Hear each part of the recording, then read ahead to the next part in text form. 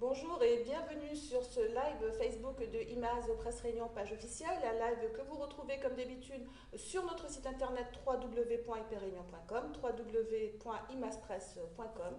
Vous êtes donc dans les locaux d'IMAS Presse, là quelques jours maintenant nous accueillons Azot en direct de chez nous.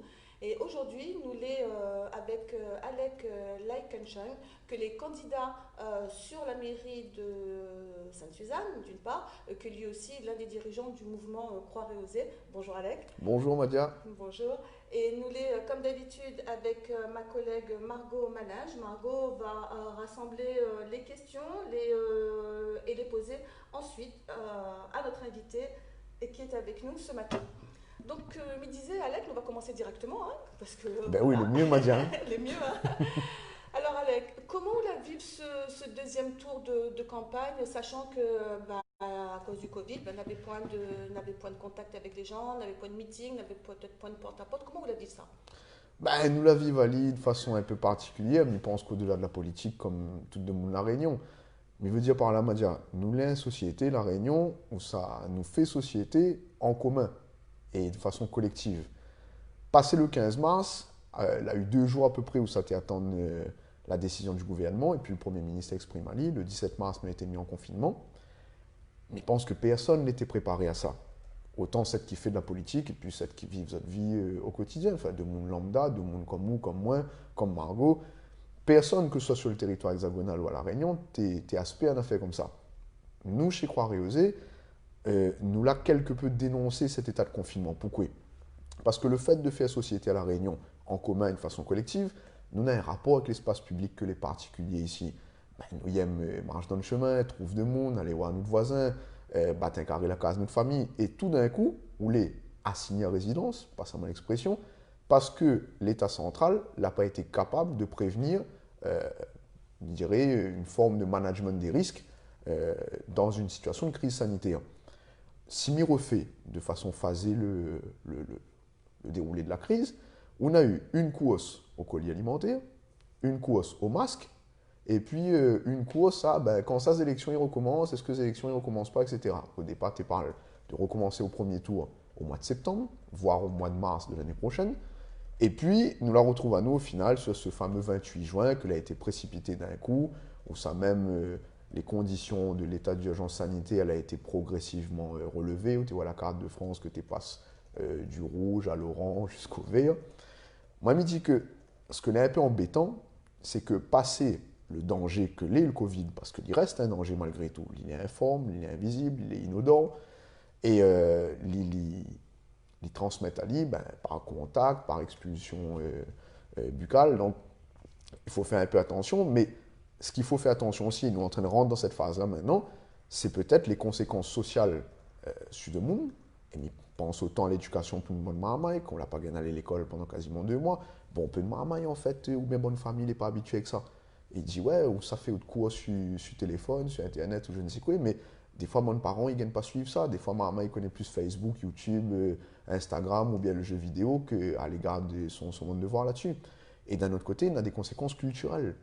Quand nous les habitués à rencontrer à nous, à échanger, à faire société de cette façon-là, et que du jour au lendemain où les assigné à résidence, ben, ils changent profondément de vie. Et ils changent notre rapport à l'autre avec un grand A. Comment là se passait pour nous? Nous la accompagne une initiative que tu appelles Confiné par résigné. Donc, elle était aux quatre coins de l'île. Hein, c'était sur une page Facebook.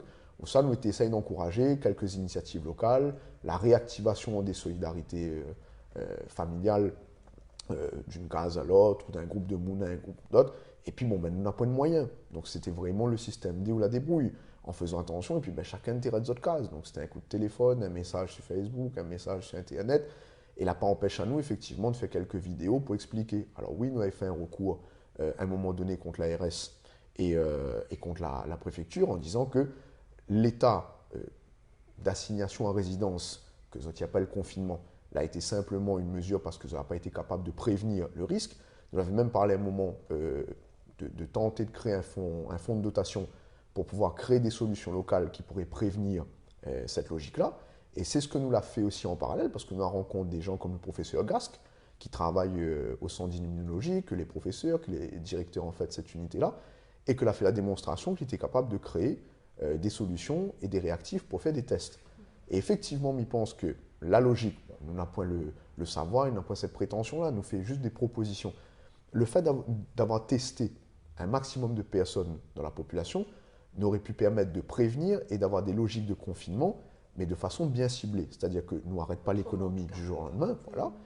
Nous n'empêchons pas de monde de déplacer les autres.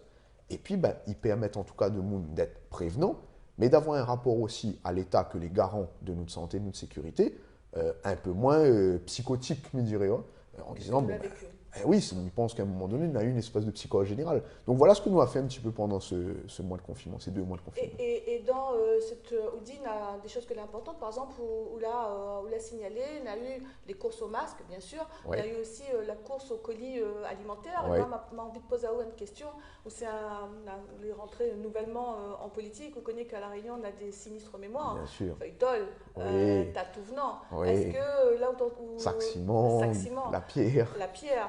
Est-ce que là, par exemple, pour le colis alimentaire, est-ce que vous avez l'impression que là aussi, en tout cas pour certaines, pas particulièrement pour Sainte-Suzanne, De mais façon en tout cas, globale. voilà, de façon globale, ça a été aussi une façon de ramener les lecteurs vers soi. Ce que moi la trouve sinistre et peut-être cynique de façon générale sur cette logique-là, c'est que nous avons eu une réduction de l'action sociale que les tenues dans les collectivités locales, c'est-à-dire les mairies, par le CCAS, à effectivement quasiment de la charité.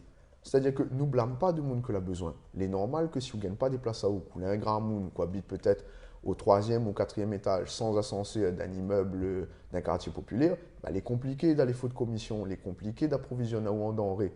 Donc, il est normal que le CCS, le Centre communal d'action sociale, l'INA, ce rôle-là, c'est son compétence.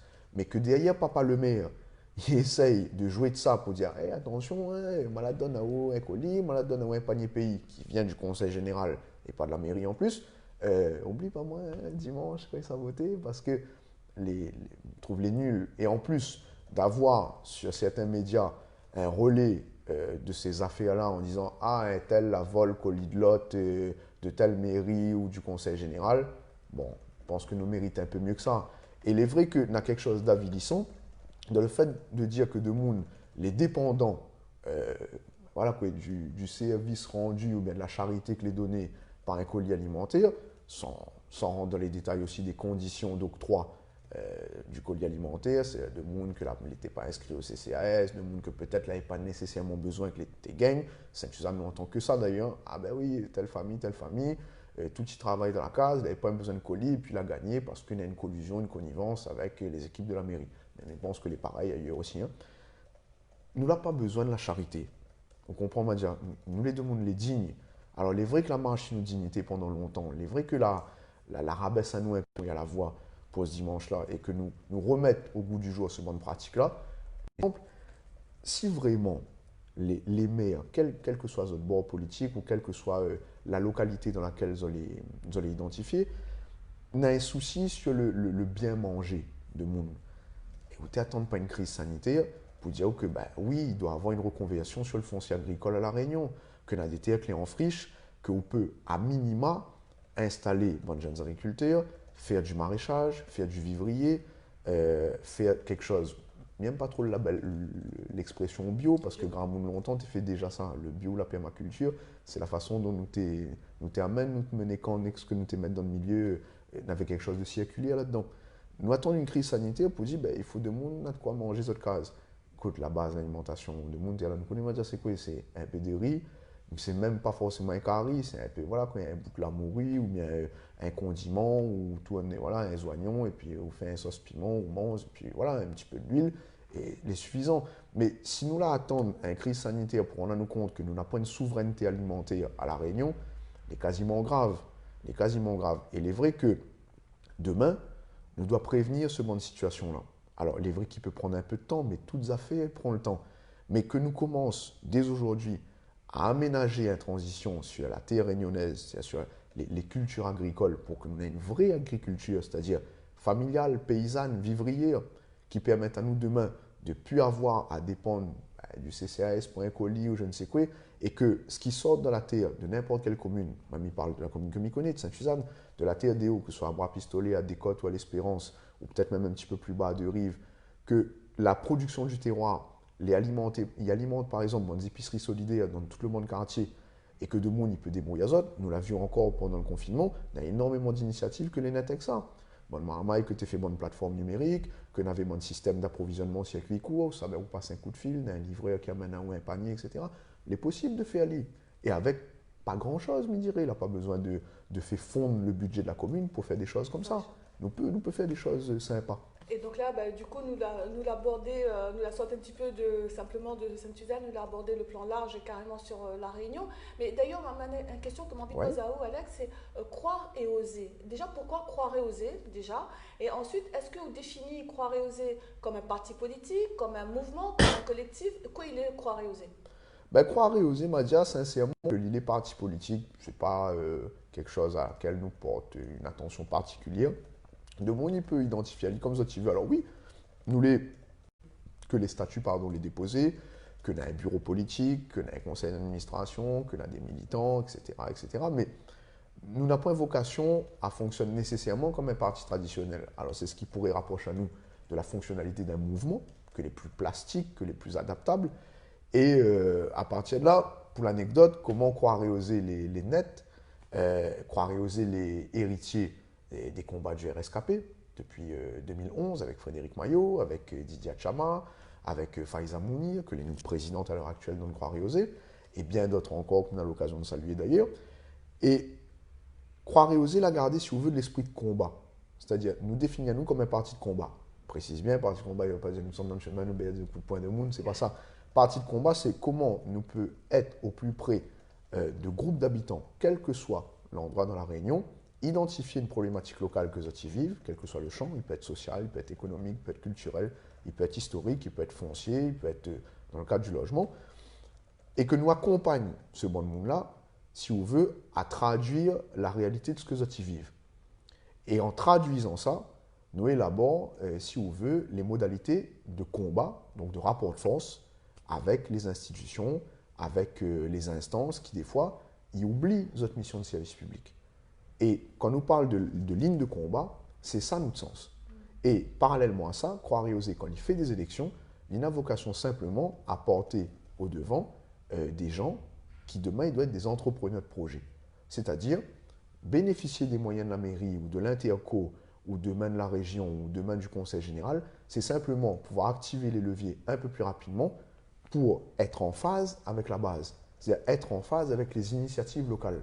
Quand nous combattons, c'est-à-dire quand nous la combattons dans l'affaire des paillotes, dans les gilets jaunes, dans la transition agricole, dans la campagne sucrière de 2 ans, la CDPNAF avec bon peu de planteurs depuis Sainte-Rose jusqu'à quasiment Sainte-Marie, que n'avait une seule aspiration, c'est de dire qu'on a le droit d'habiter sur le lieu où Samy travaille.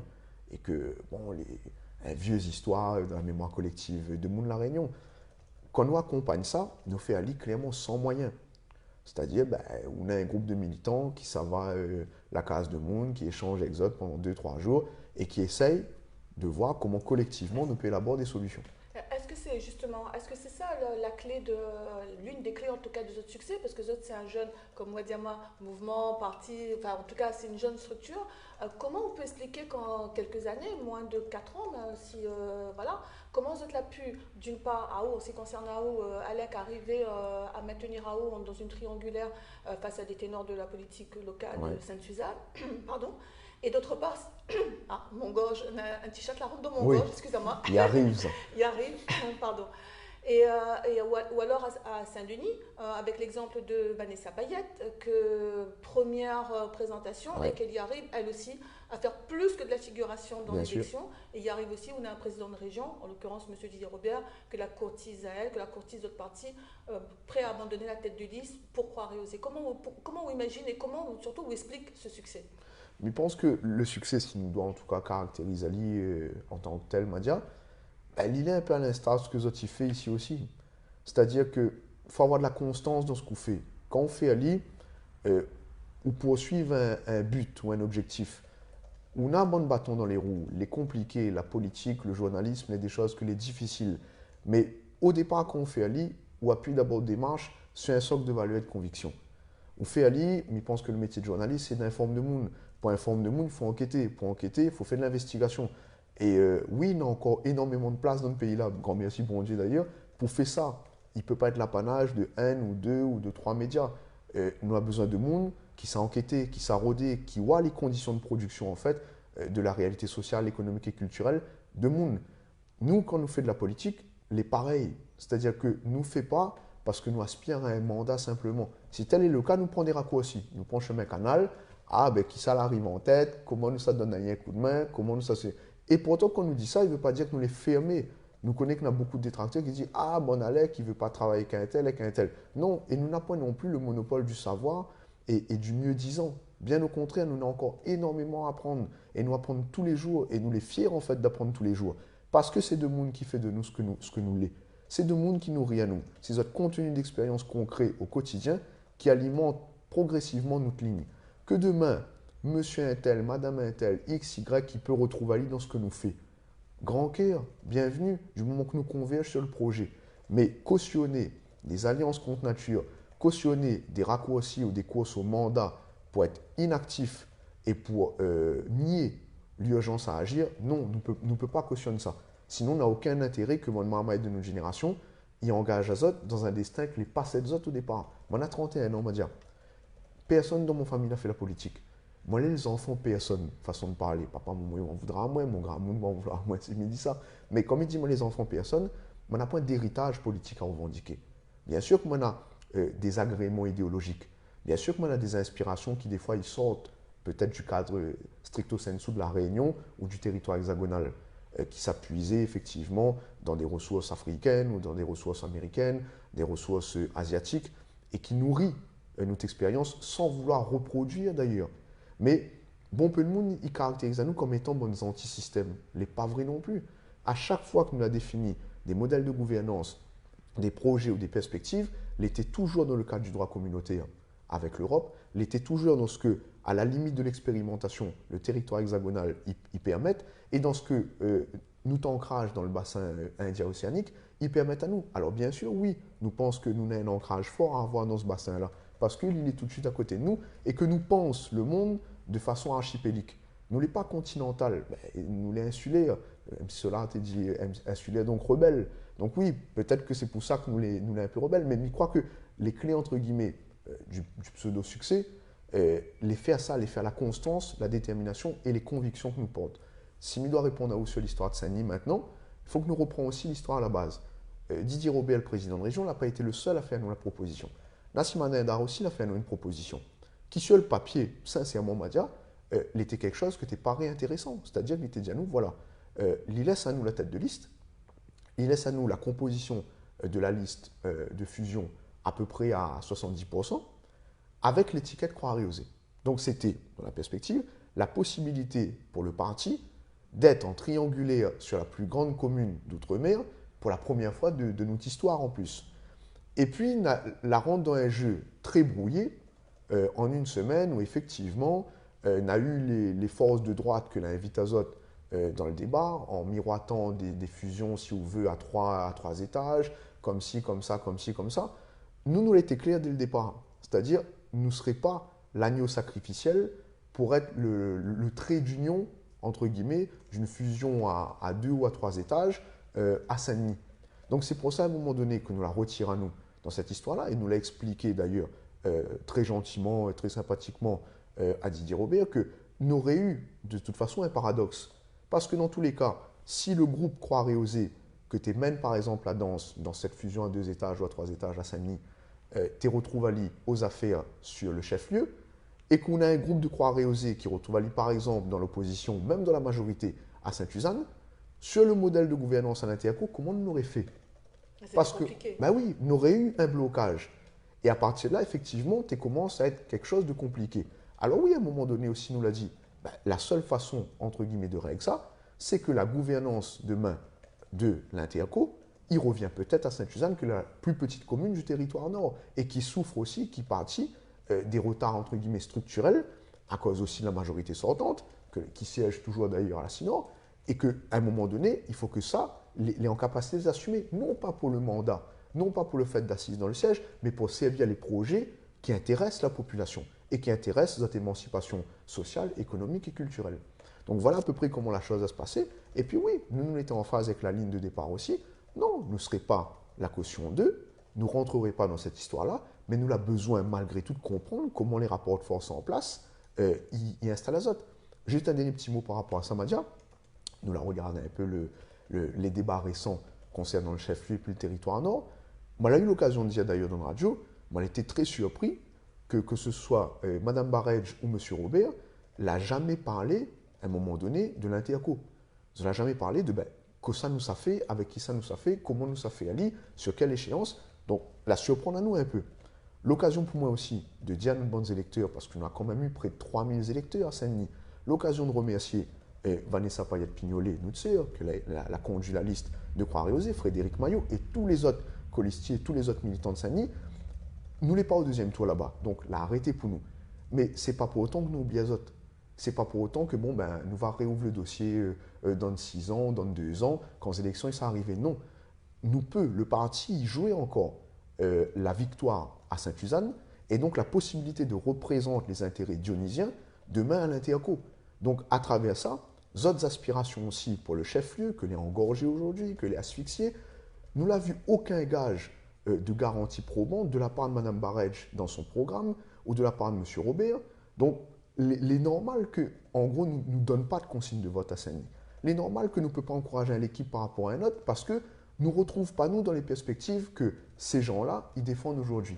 Et c'est pour ça que nous redit à nos bonnes militants, nos bonnes colistiers, nos bonnes sympathisants, nos bonnes électeurs à Saint-Denis, non, ce ne sera pas oublié et le combat, il continue malgré tout. Que nous saute, entre guillemets, la rivière des pluies entre Saint-Denis pour arriver Sainte-Suzanne, c'est toujours le combat du parti. C'est toujours le combat du parti et ce pourquoi ils la reconnaissent à nous. Alors, là où là, un petit langage que le bon monde qui regarde à nous, tous, on y pense la remarquer. En général, quand on nous pose la question à un politicien, on nous demande à lui que ça fait pour la prochaine élection. Le monde, il répond à nous, déjà, nous passe d'abord ces élections-là, après, nous va voir le reste. Là où il a déjà embrayé ou sur l'intercommunalité. Oui. C'est un langage neuf, normal, où les jeunes, un jeune politicien. Qu'est-ce qui garantit, Alec, que finalement, imaginons, on est élu président de la Sinon, par exemple, en tout cas, ou alors maire de Sainte-Suzanne, quoi est garanti que finalement, on ne deviendra pas comme cette Mouni dénonce, il dit toutes les élus, c'est bonnes voleurs, je pense qu'ils ont une poche, etc. Comment on peut dire, non, Amam il ne sera pas comme ça, et croire et oser, il ne sera jamais comme ça? C'est une très bonne question, Madia, mais remercie au même de Paul Ali, parce que c'est même ce que de Mouni demande à nous, que ce soit à Saint-Denis, que ce soit à Sainte-Suzanne, et même partout ailleurs. On a quelque chose dont nous la tiennent les enseignements.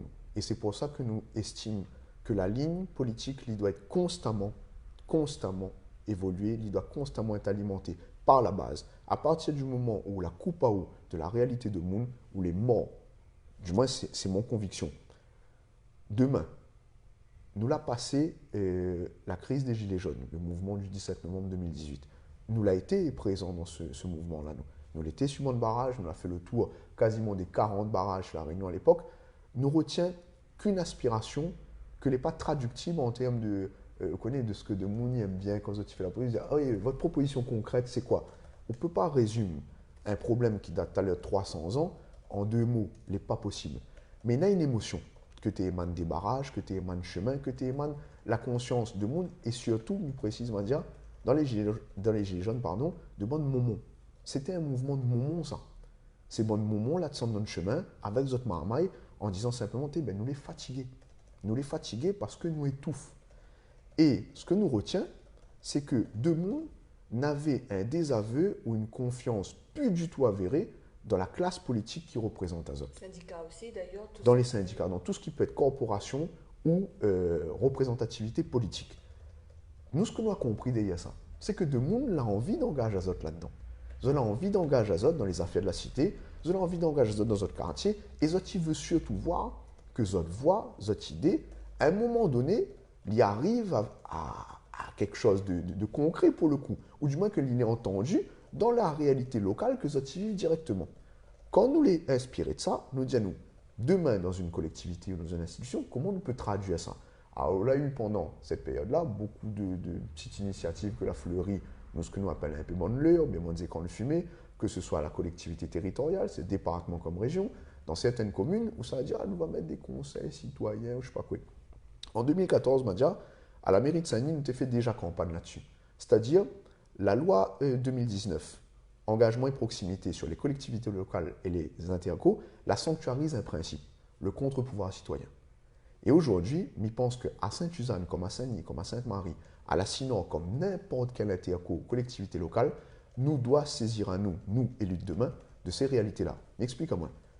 Demain, le conseil de développement de l'Interco, que l'est un engagement en fait, sanctuarisé par la loi, qu'on peut traduire dans la conférence territoriale des maires, c'est-à-dire installer une logique de contre-pouvoir citoyen dans les instances. Ils permettent de n'importe quel quartier, je reviens à Sainte-Suzanne, c'est mon commune, et de Moun Bel-Air, de Moun Village des Prés, de Moun Bagatelle, de Moun Commune Angot, Commune Caron, quartier français, de dire voilà, nous avons un groupe de Moun, nous avons une idée, nous vivons quelque chose en fait dans notre quartier et nous avons envie de participer à l'élaboration de la politique publique.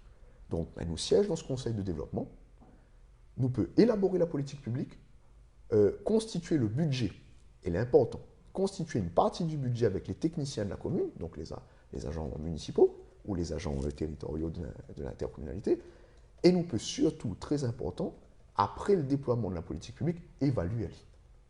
Nous évaluons Ali, et il veut dire qu'à mi-mandat, ce n'est pas à 6 ans, c'est à tous les 2 ans par exemple, nous avons un point d'étape. Sans parler du déploiement, si vous voulez, en cascade, où ça, tous les 3 mois, tous les 4 mois, on peut avoir un point d'avancement projet. Nous prenons un exemple simple. Nous voulons mettre en place, par exemple, une épicerie solidaire, je ne sais pas moi, la commune Caron.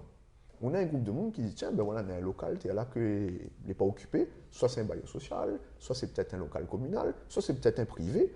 Pourquoi nous ne ferions pas ça là-dedans? Nous avons un projet, tiens, nous savoir la mairie, nous prend en place dans le conseil de développement. Nous voulons porter ce projet-là. Il faut qu'il ait mis à l'étude au conseil municipal. Il faut que le conseil municipal, il délègue à nous une partie du budget pour réaliser ça.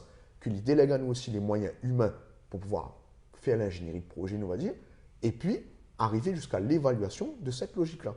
Et ça, je pense que c'est le meilleur garde-fou à n'importe quel élu de demain, y compris à nous.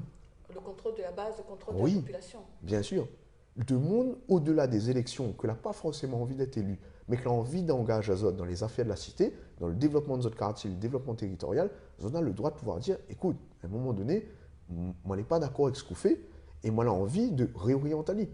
Et il ne doit pas être un simple conseil consultatif, mais il doit avoir une capacité à délibérer et surtout à manier aussi du budget et pouvoir orienter de la politique publique. Et pour le coup, former et conscientiser aussi dans la logique citoyenne.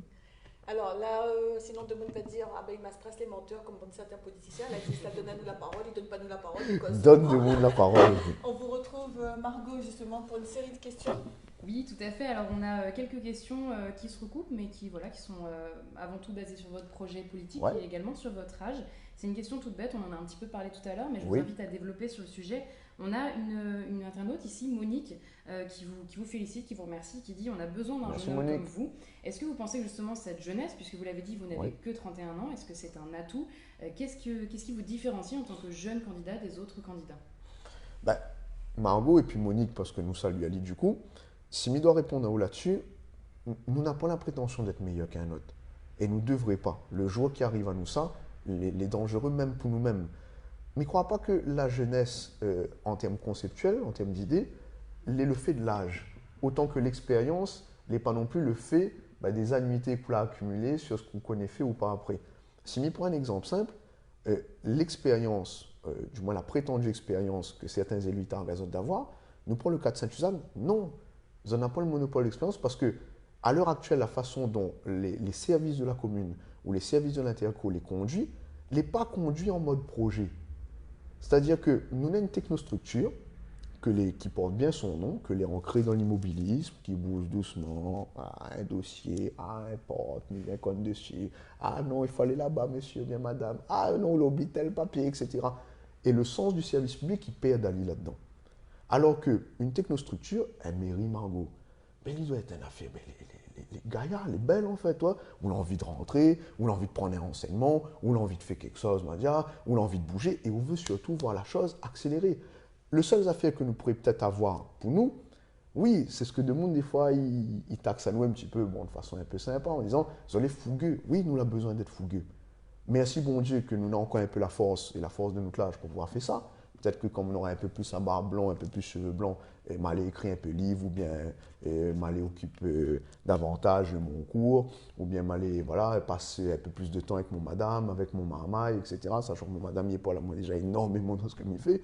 Mais au-delà de ça, je veux dire, tant que nous avons encore la force cet âge-là, et l'urgence à agir, nous devons faire aller.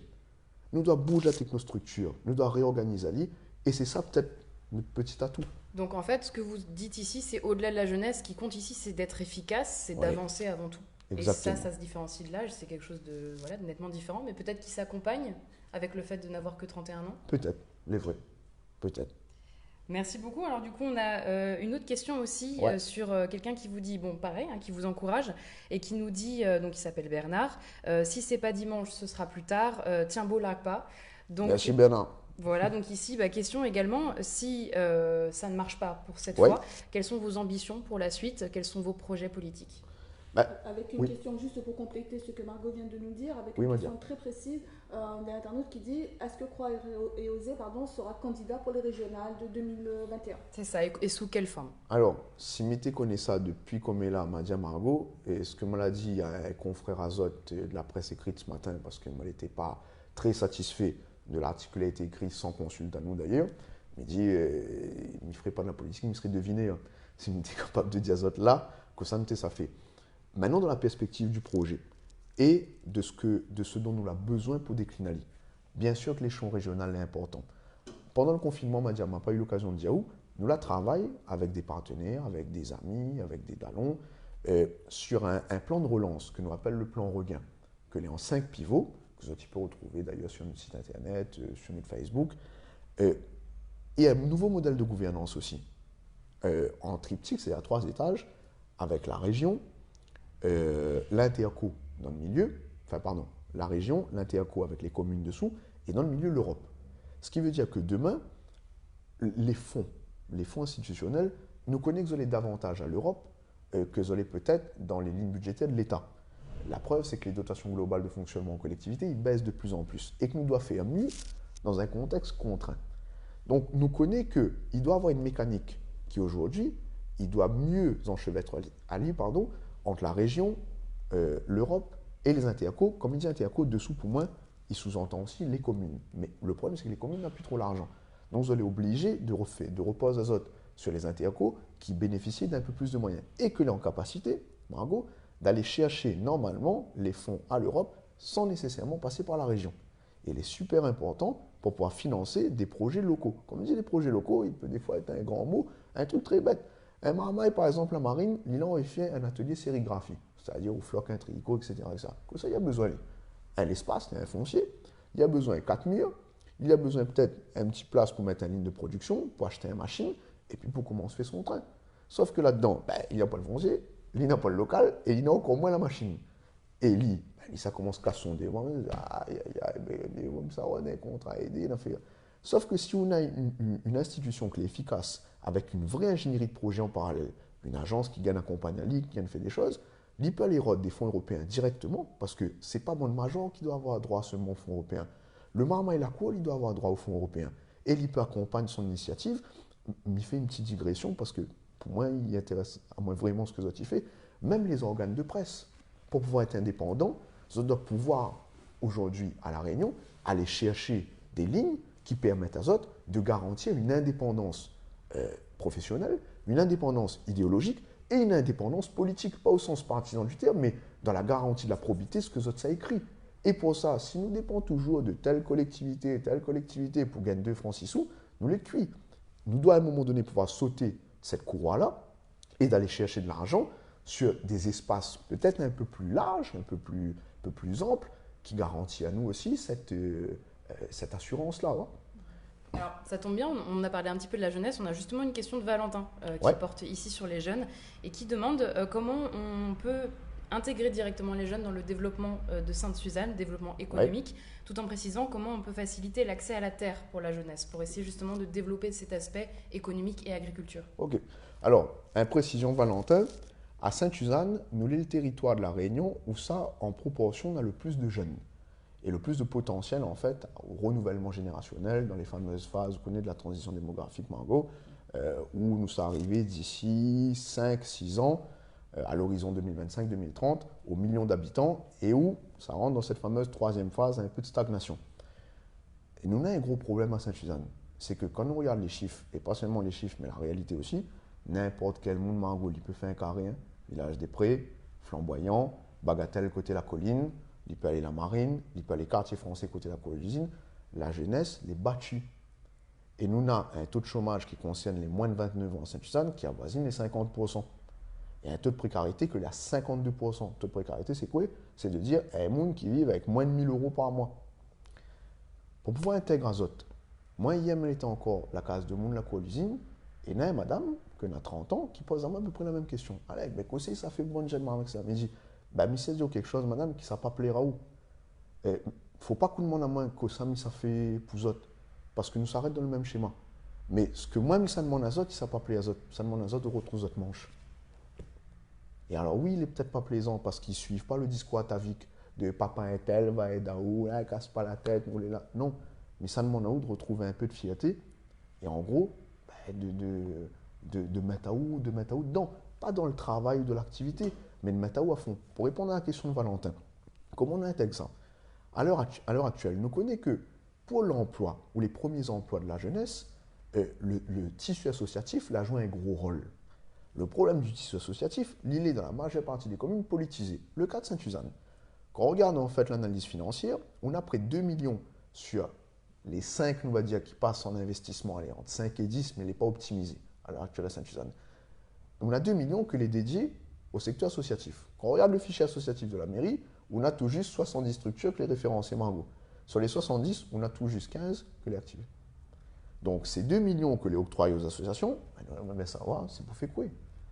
On prend un autre exemple, les ateliers chantiers d'initiation qui passent en commission départementale d'initiation par l'activité économique à la DIEC là-bas.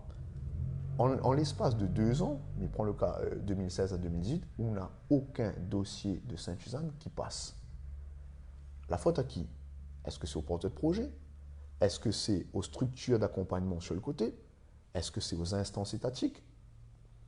Nous pensons que quand nous passons dans les quartiers, bon peu de marmaille dans bon projet, bon peu de marmaille coiffe votre dallon en bas de l'immeuble, bon peu de marmaille répare l'auto. C'est-à-dire que nous n'est pas bonne paresse, nous. Nous n'est pas bonne de monde qui en gros madia, il ne connaît pas travail. Tout de monde la Réunion a un savoir-faire. Maintenant qu'à classe Ali, dans les critères de est-ce que tu es employé, est-ce que tu n'es pas employé, est-ce que tu as un travail salarié ou pas, etc. Ce n'est pas le problème. Nous, on a fait campagne sur la création d'une fédération d'initiatives locales. C'est quoi? C'est un certain nombre d'associations qui mettent Azote en constellation sur le territoire saint-suzannois et qui, par le biais d'une fédération, il peut aller émarger des fonds sur des appels à projets de la CDC, sur la Banque publique du territoire, sur des appels à projets de l'État, sur des appels à projets de la CINOR ou autres. Et qu'à un moment donné, vous allez accompagner par un service aussi de la mairie mobile. Nous devons mettre en place à la fois une maison de service mobile, ça c'est plus pour bon grand monde qui a besoin de faire d'autres papiers, mais aussi une maison d'entrepreneuriat mobile. C'est quoi?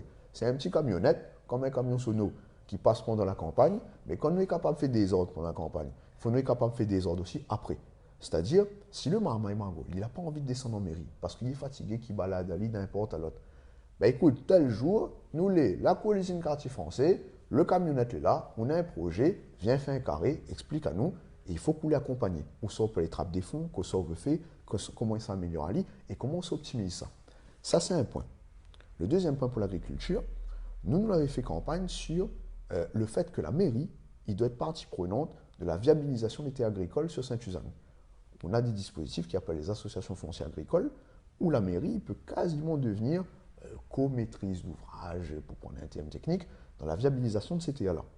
Ensuite, nous avons un vrai problème sur toute la Réunion, Sainte-Suzanne parlant, c'est la politique de remembrement, que n'a jamais été faite depuis quasiment les années 70-80. Ce qui veut dire qu'on a des grandes étendues de terre, on pense à la famille Jaurès, d'ailleurs, sur des côtes comme il salue, que l'est encore cadastré sur le nom de grandes familles propriétaires foncières à la Réunion. On ne prend rien contre autres. Mais si le problème, il reste un verrou pour que le bon monde là, ou bien le bon nouveaux agriculteurs, a envie d'installer Azote, le QG des Azalées la monte à nous de superbes initiatives là-dessus. Zoti plante, zoti livre, zoti ceci, zoti ça, zoti fait un peu de PMA, zoti fait un peu de maraîchage. Les gars, n'importe quel monde, à ou à moi, Madia, Margot, des fois là, on a envie de mettre un peu la main dans la terre. Des fois, il y en a un autre, peut-être, il n'a pas envie aussi de mettre la main dans la terre. Mais il a envie de pouvoir vivre de tous les métiers qui gravitent autour de ça. On prend certaines initiatives sur le territoire hexagonal que la mettent en place, notamment dans le sud de la France, des programmes alimentaires territoriaux. Ce qui permet de dire que quand on met la terre en friche, en jachère, qu'on met en rotation, qu'on en circularité en fait et média, on peut notamment sur à peu près 100 hectares agricoles créer 1000 emplois. Et ce n'est pas 1000 emplois où ça nous a le pied, la main dans la terre, mais là aussi ça, mais qui peut graviter autour. Mais prend le cas des comptoirs professionnels, ce qu'on appelle un peu les légumeries. Ce qu'on en a en excédent, quand on l'a fait un peu par exemple brinjelle, on a fait un peu tomate, on a de l'excédent. Mais si on veut pouvoir vendre Ali ailleurs et Koulali, on peut transformer Ali dans le cadre agroalimentaire. Ça, on a un bon fonds européen qui existe là-dessus. On peut installer Ali sur certains quartiers, on a des gens qui peuvent travailler là-dessus. On peut alimenter les cantines scolaires à partir de ça. Pour que Marmaille, le midi, il mange des affaires qu'il peut y aller un peu. Juste avant de retrouver Margot, on a une question pour poser à Oud. Oui, Madia. Où il a dit quelque chose que, à mon avis, il est intéressant. Où il a dit plutôt que dit de Moon, voilà ce que ça donne azote. Le mieux, c'est Madi azote, on retrouve ce autres manches. Peut-être va pas plaire azote de dire ça, mais on retrouve autres manches, on retrouve cette dignité pour travailler. Nous connaissons la situation à La Réunion, comment il est. Nous connaissons que des fois, dans certaines familles, on a 4 générations, n'a pas eu de travail. L'arrière-grand-papa n'a pas eu de travail, le grand-père n'a pas eu de travail, le papa n'a pas eu de travail, les enfants n'ont pas eu de travail. Donc la culture du travail, malheureusement, ça s'entretient. Oui. On n'a pas gagné cette culture-là. Même si on a le savoir-faire, comme on dit, de marmaille, coiffe en bas d'immeuble, tout ça là, comment on peut imaginer, parce que nous connaissons aussi comment il est, comment on peut imaginer remettre tout ça de monde-là au travail? Est-ce que finalement, c'est pas un combat c'est un vrai combat, Madia. Mais je ne pense pas qu'il est perdu parce que, il apporte juste une petite précision, même pas étymologique, hein, mais tout le monde, en fait, il travaille. La Réunion. Tout le monde y travaille, mais pas au sens nécessairement du travail salarié déclaré. Bon peu de monde y bec la clé. Ils bec la clé, ils travaillent au noir. Et c'est un modèle, il ne faut pas qu'on ait honte de dire nous les affaires, c'est un modèle économique de subsistance que les très certainement... Et de paix sociale, on a raison. Et que les très certainement hérité aussi de la culture établissement. C'est-à-dire, tout le monde dans l'établissement travaille, tout le monde connaît fait quelque chose. Maintenant, il est vrai que entre l'état où ça, où travaille, c'est-à-dire qu'on transforme quelque chose, que ce soit qu'on transforme de la matière première ou qu'on transforme de la matière grise pour arriver à la production d'un service ou pour arriver à la production de quelque chose de manufacturé, il reste malgré tout un effort. Mais de cet état-là à l'état où ça, où les rémunérer de façon constante de ça, oui, il y a un schisme, il y a une rupture. Et il croit qu'il y a à peu près 2 ans de ça, à peu près 2 ans, le gouvernement avait lancé une expérimentation sur un dispositif que tu appelles le territoire zéro chômeur. Le port d'ailleurs l'avait saisi à l'ITSA, c'est pour ça d'ailleurs que nous l'avons convergé avec Olivier Warraud, et il précise bien que c'est Olivier Warraud tout seul, ce n'est pas le PLA derrière, c'est Olivier Warraud et Alexandre Laïkanchang avec son liste, qu'on a une convergence sur certaines idées comme cette-là. Le territoire zéro chômeur, c'est quoi? Nous l'avons rajouté dans nos programmes, territoire zéro chômeur jeune, c'est-à-dire dès 14 ans. Dès 14 ans, si le maman est décroché scolaire, il doit pouvoir être en mesure d'être accompagné par ce que nous appelons un coach d'activité. Un coach d'activité, c'est quoi? C'est un maman que les médiateurs, que la mi-chemin de périscolaire et la perspective professionnelle, où ça lui peut propose, le maman, un panel de compétences dans laquelle il peut projeter. En disant, vous connaissez quoi?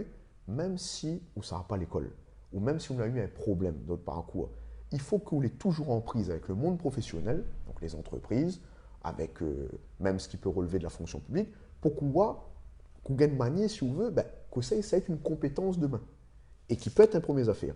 Ce que nous la trouvons intéressant dans ce dispositif-là, c'est que demain, nous les meilleurs, nous monte la préfecture tout de suite, nous dépose un dossier en consultant en fait de monde par groupe, parce que c'est ça aussi le process, en disant c'est quoi les besoins essentiels de la commune en termes de compétences et de savoir-faire.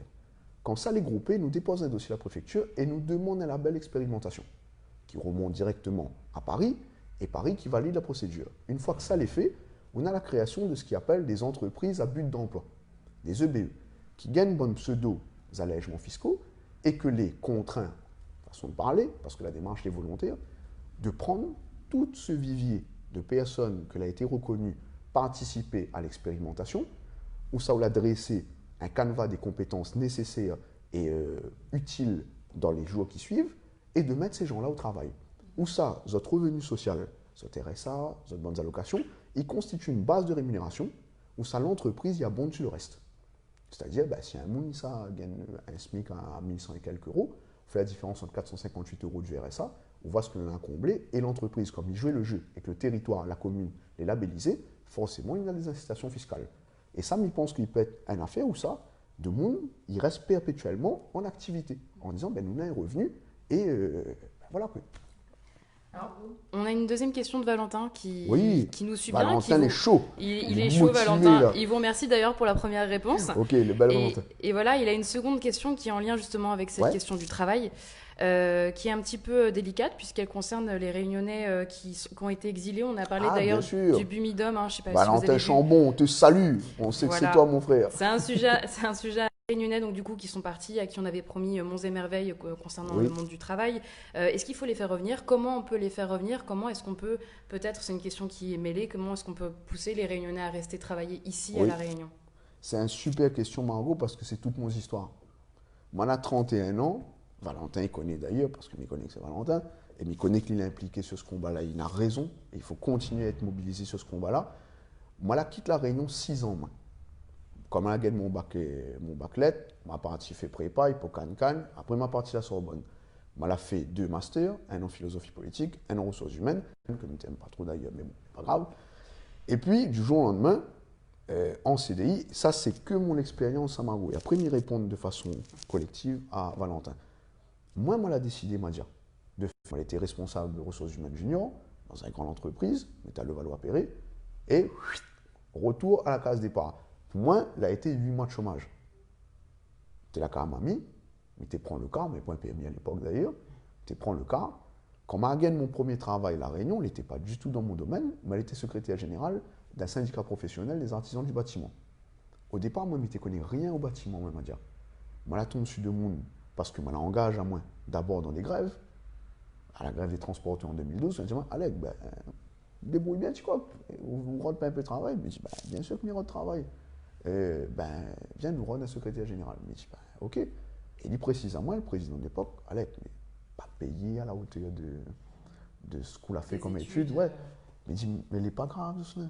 C'est pas une question l'argent. C'est une question, moi, j'ai envie d'intéresser moi, j'ai envie d'impliquer moi. On a fait 1 an et demi avec Bana, ça permet de comprendre aussi comment le tissu productif réunionnais était fait, le rapport entre les institutions publiques et d'ailleurs les opérateurs économiques. Et même elle a grandi de ça, Margot.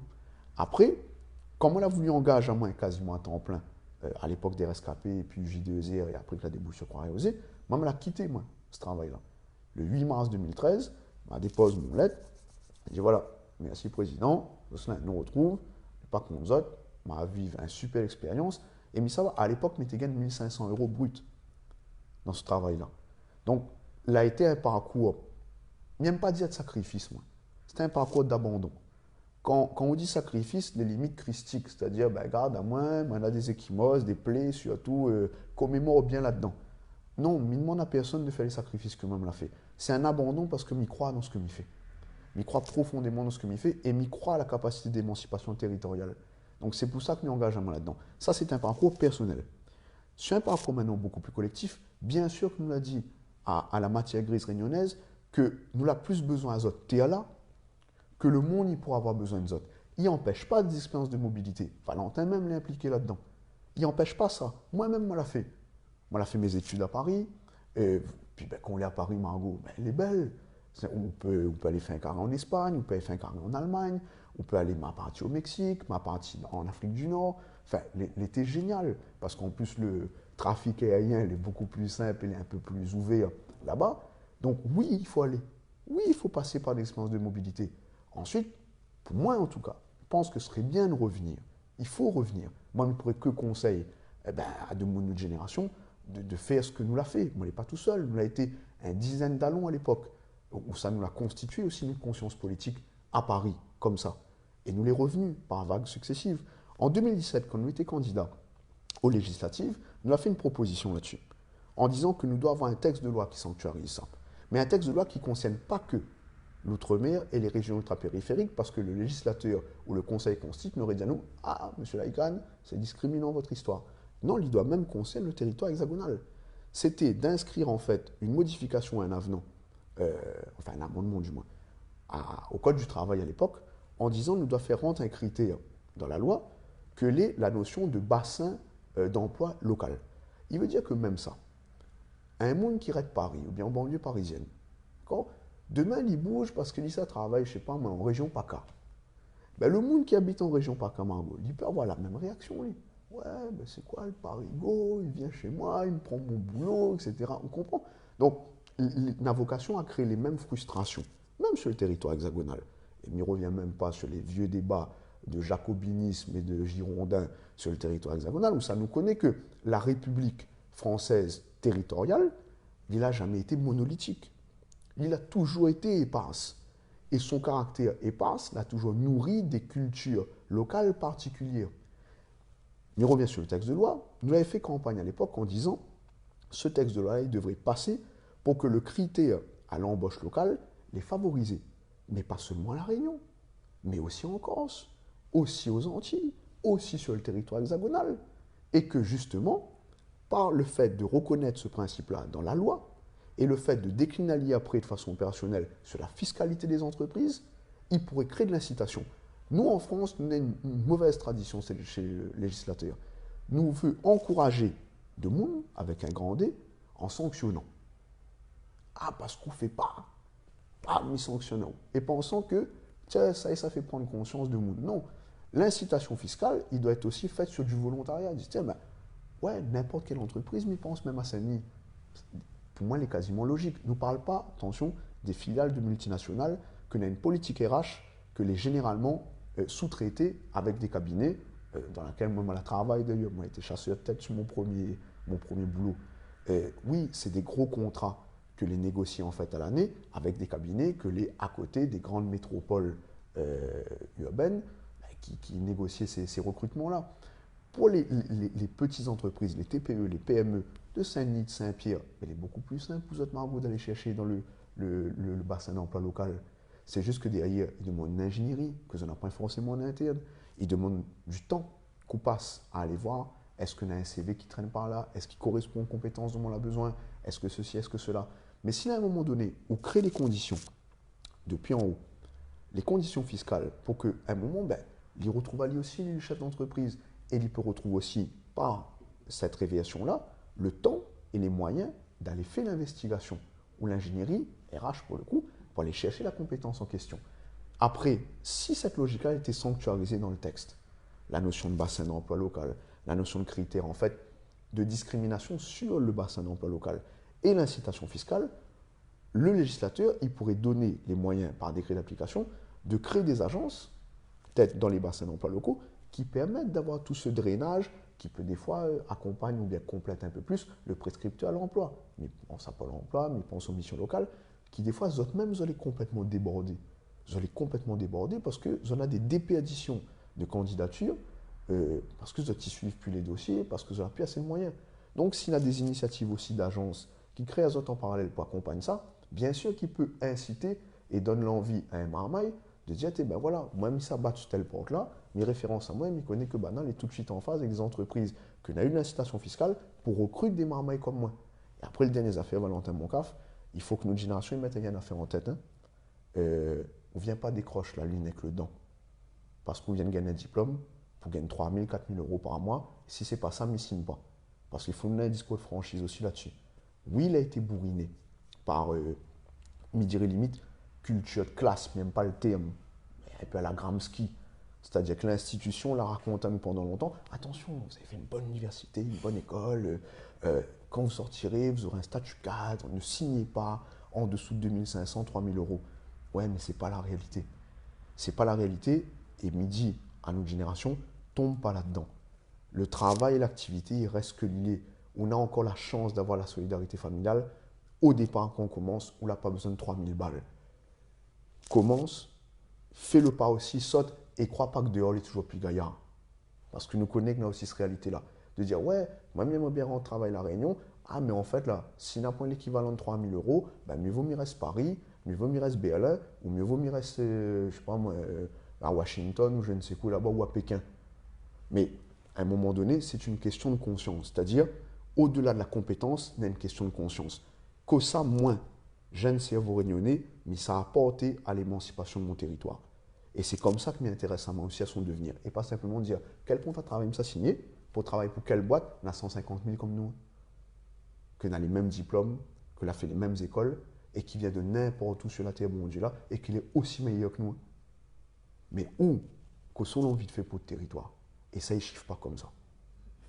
Merci beaucoup. On a peut-être le temps pour Merci, Margot. Dernière question, Madia, avant de clôturer l'émission. Ouais. En plus, c'est une question un petit peu philosophique. Donc, voilà, vous avez dit tout à Allez. l'heure avoir fait un petit peu de philo.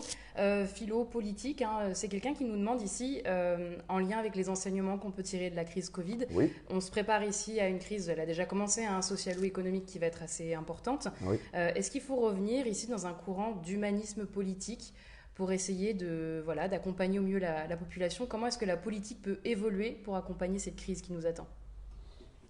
Je ne connais pas si humanisme politique, c'est un oxymore, une redondance. Parce que la pratique que moi, maintenant, nécessairement, moi, m'estime être un humaniste.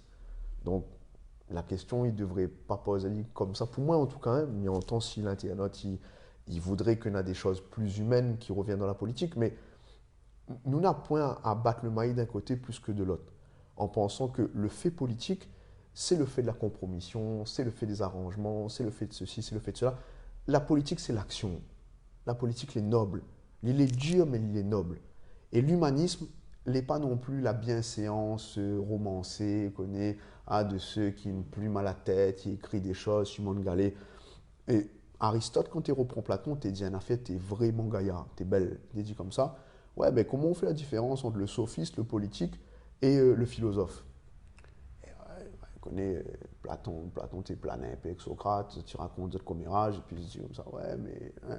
En fait, le politique, c'est le philosophe que l'a décidé d'arrêter la contingence de la bulle de pensée. Il pense dans mon coin, il fait mon affaire, il écrit un livre, je sais pas quoi. Et c'est un monde que l'a décidé peut-être d'engager dans l'action. Et à contrario, ben, voilà, le philosophe, c'est celle qui refuse l'action. Et les dangers aussi des choix, conduits par l'impérieuse nécessité d'en faire, qu'on vive. Et qui dit, ben, il reste, non, voilà, le discours, le logos, la dialectique et tout ce qu'on veut. Moi, je ne peux pas faire la différence entre les deux.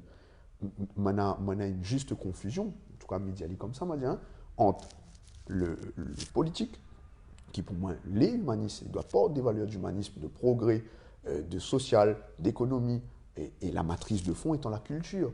Et il fait peut-être une petite parenthèse aussi, les très dangereux pour moi de monde qui essaye de dissocier le mouvement culturel du mouvement politique. Et non, la culture, c'est pas que bâtir rouler, ou gratter une guitare, ou faire fonker, etc. Je bats rouler, mais je ne pas guitare très bien, mais je fais fonker, et je ne définis pas moi comme fonkesia d'ailleurs. Je fais tout ça, je lis, j'adore lire, j'aime le cinéma. J'ai même fait un peu de cinéma avec mon frère, Mathieu Tavernier, je me salue parce qu'il fait un super travail. Mais à côté de ça, on ne peut pas dissocier ça. Et on ne peut pas dissocier non plus la spiritualité du politique. Et la spiritualité, ce n'est pas la religion. Ce n'est pas la religion, c'est pas si vous les malbars, si vous les catholiques, si vous les musulmans, si vous les chinois ou si vous les animistes. Non, la spiritualité, c'est la perspective qu'on regarde quand on lit dans l'action. Et on regarde elle constamment pour continuer à avancer. Sankara, il dit comme ça, vous connaissez, il est comme un coureur cycliste, il est sur un trait de côte très fin, et il a deux fossés à côté, s'il arrête de pédaler, il échappe. Et le fait, le mouvement qui fait sortir à nous de l'inertie, le mouvement, c'est toujours la perspective qu'on regarde. C'est ça qui conduit de l'action, c'est ça qui rythme à où. Et nous, la Réunion, on a une grande chance, c'est que nous avons une rythmique, un rythme que l'on est un peu à côté. Il est basé sur le temps maloya, c'est le temps sati. C'est toujours le contre-temps. Nous l'est toujours en contre-temps. Et c'est peut-être notre chance, même si nous ne parlons par rapport à la crise Covid, c'est qu'au fond, notre insularité, qui a toujours été vue comme un handicap, l'a été une chance pour nous aujourd'hui. Et la façon dont nous comptons le temps et la façon dont nous définissons l'espace, je pense que oui, c'est un contre-temps existentiel. Et les top, nous avons cette chance-là aujourd'hui. Nous ne devons pas voir Ali comme un handicap, un retard, quelque chose qui ankylose à nous. Non, nous de contre-temps, les nous de vivacité. Il faut en tirer profit. Et oui. Regarde, connais quand on jouait Maloya, Margot, et Satie, après, bon, le musicologue va expliquer ça mieux que moi, et il est toujours en contre-temps, et c'est ça qui donne la pulse. Et je pense que c'est ça l'énergie réunionnaise, c'est ce temps-là. Même si des fois, on a l'impression que nous ne sommes pas comme les autres, nous ne sommes pas indexés sur les mêmes codes, mais nous sommes toujours là, nous sommes résilients. Nous sommes là parce que nous sommes résilients, parce que nous avons ce contre-temps-là. Merci beaucoup. Là, vous donnez à nous des paroles d'espoir, mais moi, j'ai envie quand même de poser une question. Oui, Mandia. On m'a gâché un petit peu l'ambiance. Ah non, casse pas la tête. Vous l'avez vu, hein, évidemment, vous l'avez vu, l'actualité en ce moment, ouais. On parle beaucoup de racisme, d'antiracisme, oui. d'anticolonialisme. Oui. Donc, on vous pose une question, Alec. Oui. Est-ce qu'il faut déboulonner le bon statut? Est-ce qu'il faut déboulonner François Mailly? Est-ce qu'il faut déboulonner Maïla Bourdonné en bas? Qu'est-ce qu'il faut faire? C'est un super sujet, ça m'a dit. Moi, la suivante, Frédéric Maillot, mon frère d'ailleurs, l'avait donné une interview. Alexandre Narain, notre porte-parole, l'avait interviewé là-dessus. En 2011, plus précisément, entre le 5 et le 8 novembre 2011, le collectif RSKP, le mouvement RSKP, l'avait effectivement en garotte, mais il a donné d'un drap noir. On ne l'a pas déboulonné, nous, à l'époque. RSKP ne l'a pas déboulonné à l'époque. Bien sûr, je reprends les termes de mon frère Frédéric Maillot, bien sûr qu'à un certain moment donné, quand ou les fatigués, ou les sous-langués de la société qui peut-être y écrasent un peu, où il a besoin de pouvoir convertir ça sur quelque chose de physique, sur une statue. Moi, j'ai envie de dire, c'est évacué. Si je déboulonne à lui, il s'est évacué. Oui, nous pouvons déboulonner à lui. Dans l'espace mémoriel, qui reste un espace politique, c'est à côté de la préfecture, toutes les rues Coupas qui portent Colbert, Maï, Maïla Bourdonné ou je ne sais quoi. Bien sûr que c'est pour l'histoire que nous avons. Bien sûr, moi-même, moi, je suis un anticolonialiste. Mais si on n'a pas une pédagogie, alors certains à notre époque ils diraient une pédagogie révolutionnaire, mais une pédagogie tout court, là-dessus, il s'est évacué. C'est-à-dire, m'explique à moi, il m'a dit, ok, nous déboulonnons. Là, quand nous sortons, nous trois, nous disons, on dit à Margot, ça nous fait, allons tirer Maïla Bourdonné là-bas. Une fois que la fin tirée, la main sur le cœur, nous les comptons parce qu'on a l'impression qu'il y a une réparation aussi historique, réparation pour notre mémoire. Nous reprenons notre loto, qui peut être une Citroën, peut être une Peugeot, nous passons dans la rue Sarda Garriga ou la rue Colbert, et nous ça va à la banque. Alors, il pourrait être longtemps appelé la BA, qui est devenue notre enseigne maintenant, et nous ça va, paye notre crédit, et nous retournons au concessionnaire pour aller faire changer un pièce sur notre loto. À quoi il sert à déboulonner ça? La vraie question, et c'est ce que RSKP avait fait à l'époque quand il dit notre bourreau est ton héros pour la France, c'est de dire nous n'avons pas besoin de réparation fiduciaire. Par contre, nous avons besoin d'une réparation effectivement sur un principe que nous estimons être notre richesse aujourd'hui. C'est la terre. C'est la terre. C'est-à-dire que au lieu de déboulonner, nous voudrions l'ouverture de pourparlers arbitrée par l'État. Arbitrée par l'État sur le fait qu'à La Réunion, on n'a jamais eu de politique de remembrement. Et sur le fait que, si nous répondons à, je crois que c'était Béana ou Valentin, sur effectivement l'accès des jeunes à la terre, il n'est pas logique et il n'est pas normal que c'est à peu près les mêmes familles en 200 ans que la bénéficié de la concentration des terres, qui favorise l'accumulation aussi capitalistique. Zordi, là, m'a dit, nous n'avons pas besoin, La Réunion, de faire table rase ou bien de pointer un tel du doigt. Nous avons besoin, par contre, d'assises à nous autour de la table ou d'assises à nous côté Piémont, avec ce monde bougla aussi, et de dire, écoute, comment nous peut faire? Telle place, nous avons besoin de 50 hectares, mais 50 hectares qui appartiennent à la collectivité. Pas à la municipalité, attention, à la collectivité. C'est-à-dire un groupe de monde que a envie de faire autre chose que ce que l'on a à l'heure actuelle sur ce terrain-là. Il peut être de la canne, comme il peut être de la pierre, comme il peut être autre chose. Donc, si nous avons déboulonné un boug, que l'a été effectivement le gouverneur et l'orchestrateur de la politique économique d'antan rédigée au préalable par Colbert, qui n'a pas le mail à Bourdonné, mais que nous retire rien de ce bon enseignement-là, nous ressemblera en gros à tous les mouvements de décolonisation des années 60 en Afrique, en disant, nous l'avons inscrit ou ratifié un article dans la Constitution, mais au final, quelle souveraineté économique nous en avons? Quelle souveraineté alimentaire nous en avons? Quelle souveraineté énergétique aujourd'hui nous en avons? C'est ça les questions d'enjeu. La réparation, il doit faire aller à ce niveau-là.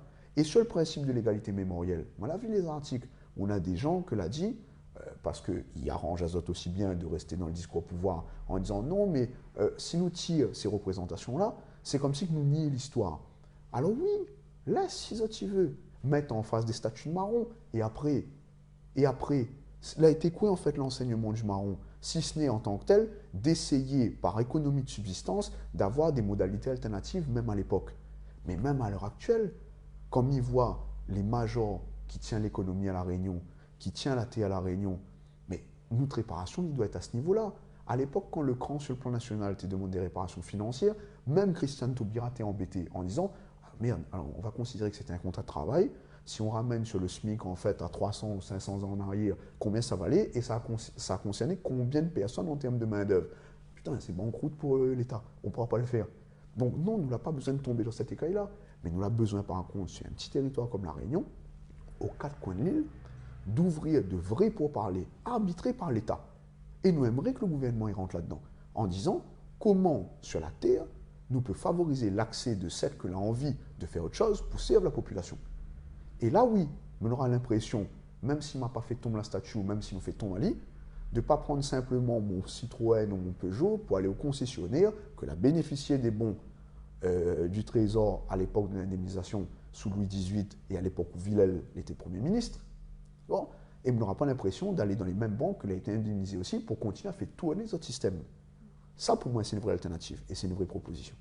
Donc, si nous pouvons résumer, on va dire le symbole, c'est bien, l'action, c'est beaucoup mieux. L'action, c'est mieux, bien sûr. Merci, Alec. Badia, merci. Margot, merci. Puis merci aux internautes. Il était vraiment gaillard. Le temps la passe vraiment vite. Hein, donc, voilà. Merci à Azote toutes d'avoir écouté à nous. Nous laisse Azote. Nous retrouve Azote la semaine prochaine avec un nouvel invité. Merci, Margot. Merci, Madia. Merci encore, Madia. Merci, Margot. Bonne journée à tout le monde. Azote aussi. Nous retrouve.